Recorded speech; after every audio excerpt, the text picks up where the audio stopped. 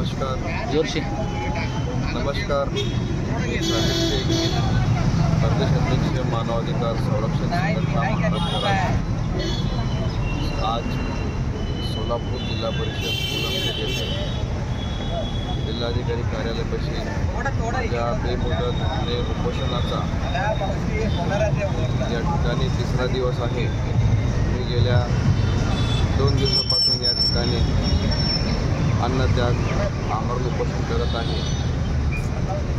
या आमरण उपोषणाचा विषय असा आहे की सोलापूर महानगरपालिका बांधकाम परवाना विभागाचे उपअभियंता निलकंठ मठपती यांची खात्याने चौकशी करून तात्काळ यांना निलंबित करा म्हणून मी गेल्या 1 वर्षापासून मंत्रालय, विभागीय आयुक्त, जिल्हाधिकारी कार्यालय, सोलापूर महानगरपालिका यांच्याकडे वेळोवेळी पाठपुरावा केला आहे. सोलापूर शहरात अनधिकृत इमारतीबाबतीत व त्याचबरोबर हार्डशिप, वापर परवाना यामध्ये प्रत्येक फायलीमध्ये लाखो रुपये घेऊन नियमबाह्य परवाने निलकंठ मठपती यांनी दिले आहेत.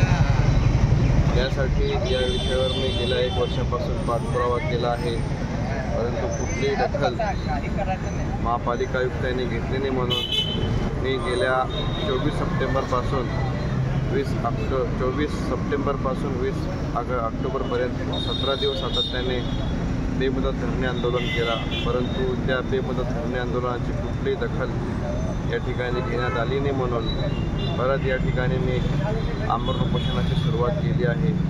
जोपर्यंत माझ्या मागणीला यश मिळत नाही, जोपर्यंत माझी दखल घेत नाही, तोपर्यंत अशाच पद्धतीने हा आमरण उपोषण या ठिकाणी सुरूच राहणार. कुठले अधिकारी वगैरे आलेत का तुम्हाला काय विचारपूस करण्यासाठी? आतापर्यंत कुठल्या अधिकाऱ्याने आले नाही. मी स्मरणपत्र मान्य आयुक्त सोमप्पा व त्याचबरोबर जिल्हाधिकारी यांच्याकडे पाठवून दिलेलं आहे. आज देखील स्मरणपत्र 2 म्हणून मान्य जिल्हाधिकारी व त्याचबरोबर सोलापूर महानगरपालिका आयुक्त यांच्याकडे पाठवून देणार आहे.